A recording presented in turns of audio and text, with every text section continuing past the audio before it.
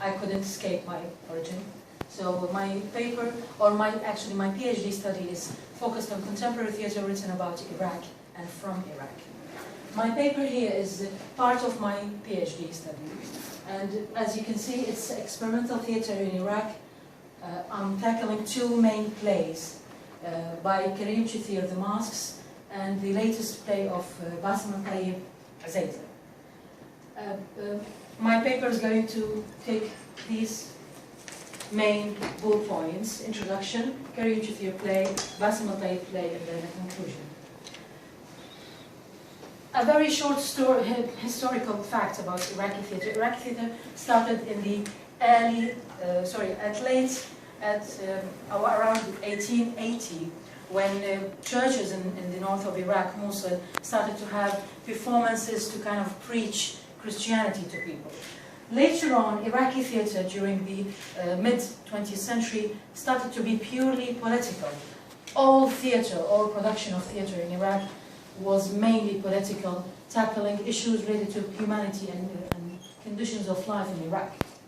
One of the main plays of Iraqi theatre was Yusuf al-Ami, called Anam Makia Shakir, or translated in English, I'm Your Mother Shakir. This play was talking about the revolution and the kind of the freedom of people, and after the first performance of the play, Iraqi people almost went on a strike. After that, theatre was kind of really observed by the governments and by the regimes in Iraq, and that's why kind of the theatrical group in Iraq were limited and hidden, but they continued to work. One of the main figures in political theatre in Iraq is Karim Chithir. Karim Chithir, one of the playwrights, directors, actors who gave all their life to theatre and worked in theatre for their whole life till their death in 2004 in Baghdad, after he returned from exile. Karim Chithir published two books. This is one of his books, The Masks and Other Plays. It was published in 2001. It's a collection of most of his plays that were mainly, because his plays were so daring that no one could kind of put them on stage, or even if they were put on stage, they would put on outside Iraq, not in Iraq, and that's why the plays remained in texts. The Mask is one of his controversial plays. The Masks is a play that was written in 1979 when Chithir was a student, was still a student, and he couldn't put it on stage until 1990, when he put it for once in Iraq, and then he left Iraq after that performance because of the daring subject that he was tackling. The play belongs to what Iraqi theatre critics called image theatre, because it's mainly images rather than performance for the audience. This play breaks every single rule in Iraqi theatre. There's no stage. People are not going to sit down to go and watch a play, no. They are going to walk through a house full of images where they need to move from one place to another place to see the play. In this stage, / gallery, / theatre, / house, the audience members take a journey where they meet historical, modern, symbolic tyrants and dictators, literary men, as well as ordinary people performing their life stories. This is the house of Karim Chithir, where he put a plan of his play. And the people will enter the house from the main entrance, and they would start seeing images with labels on them. And these images, each one of them is a kind of an image of horror. People are cutting themselves, lamps are hanging on the walls, people are crying, blood everywhere. Even on the stairs, you would meet Al-Hajjaj, who is one of the rulers who used to be known as a brutal ruler, who established that anyone who would object to him would be killed and cut into pieces in front of people. And there's Puccini, Lorca, a poet, Hitler as a dictator, and after all, the last step with an empty frame, so that the audience would put any dictator in their mind in this frame. Of course, other than this, human relations, where family is disintegrated and always in argument, there is a mouthpiece who is kind of the speaker on behalf of the writer himself. There's strike, warm bath, where a person taking bath in blood. reduced speed, and finally in the backyard of the house there is a tree where we will find Adam and Eve fighting. Who is the reason for this? Whether they picked the wrong apple in the beginning, so that humanity would suffer all these images, and they would try to pick another apple, maybe things will be better in the future.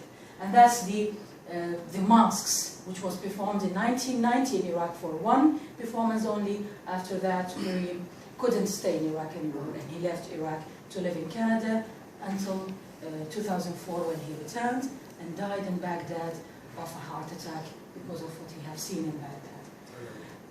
I'm going to kind of shift you in time into 2014, where Basim al-Tayyib, a young director, came to kind of revive this kind of tradition of Karim Chithir, of inviting people into a house full of images. Basim al-Tayyib spent quite a long time in Belgium studying theatre and drama therapy, and then he made use of the old building, the traditional building of Theatre Forum in Baghdad. This is the kind of the image of the building, and he created what he called Azayza. Azayza is the kind of the term of what in English known as a bad omen.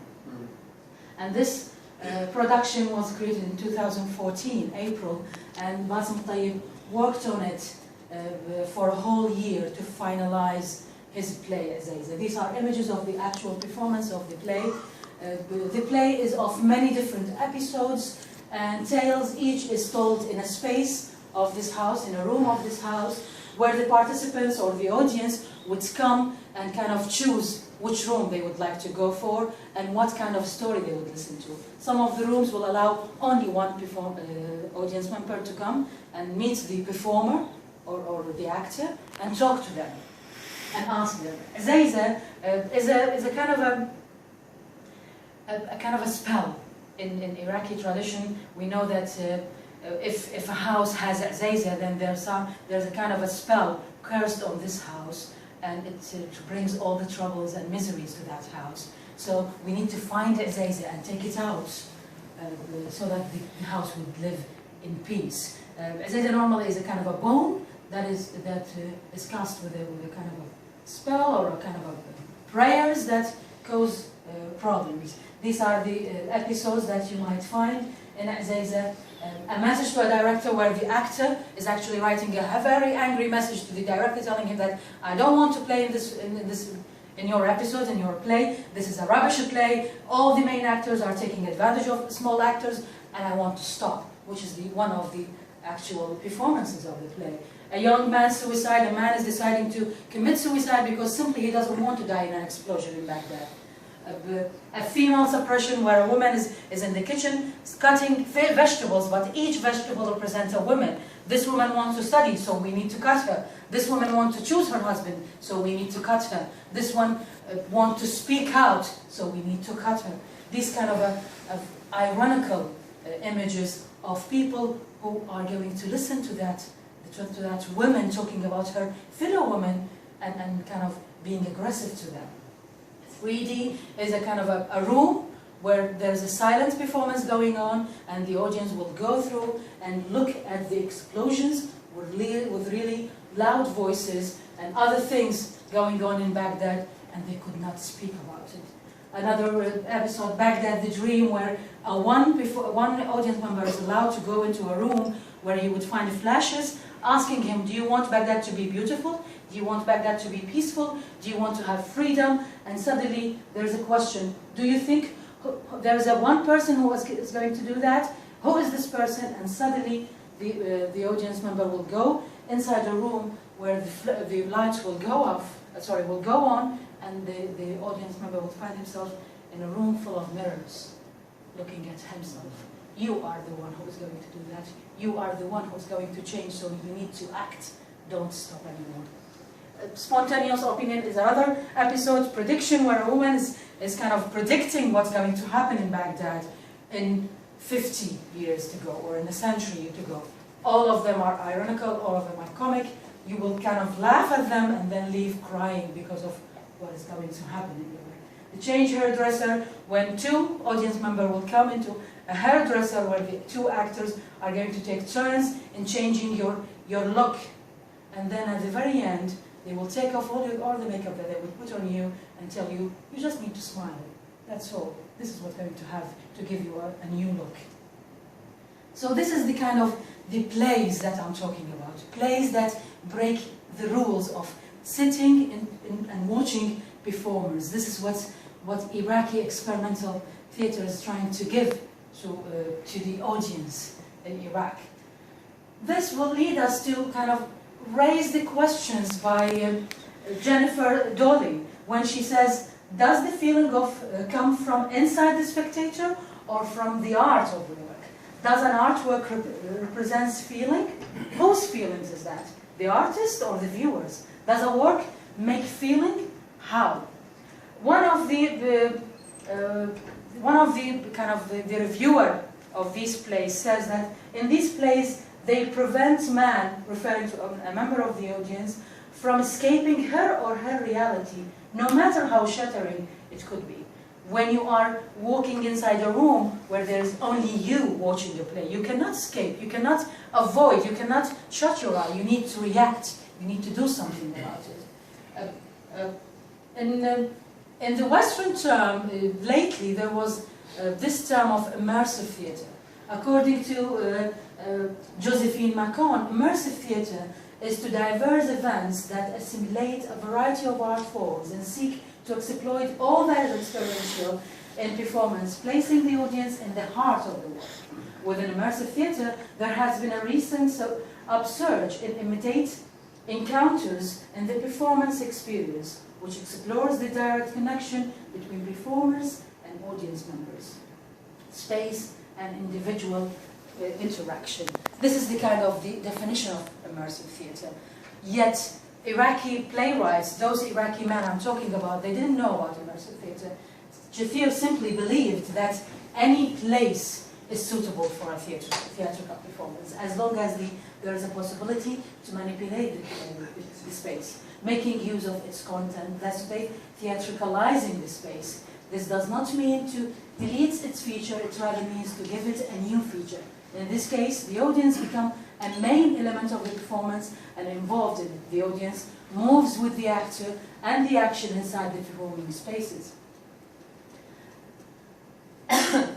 Jaber again adds, it was the experimental theatre in the world of in this world which introduced the naturalistic and realistic trend in drama. And this is what most Iraqi directors, the theatre practitioners, believed. They believed that as long as there are new experiments in theatre, then life is developing, then theatre is going to leave an impact on the society, and the goal that is kind of aspired from theatre is going to be achieved.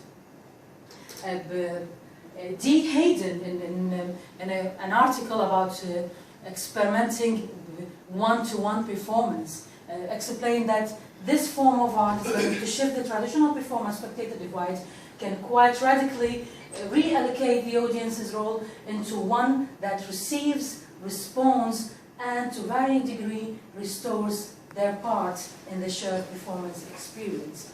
I need to clarify that not only Basim Al-Tayyib and Karim Jafir used this kind of tradition in theatre, where theatre is kind of rebuilt in a different shape. No, there are other kind of experiences that were kind of shy because of the condition in Iraq during the 80s and the 90s, yet they left traces on the Iraqi mentality.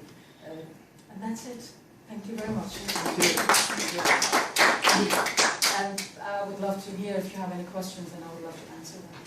Yes? I don't have any question, but I'd like to say how much I'm amazed by the structure of Iraqi theatre. Thank you It's very amazing. much. Thank you. Any further questions? Yeah.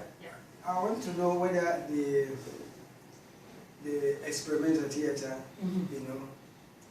benefits, from the style of Peter Brook and Jerzy Grotowski.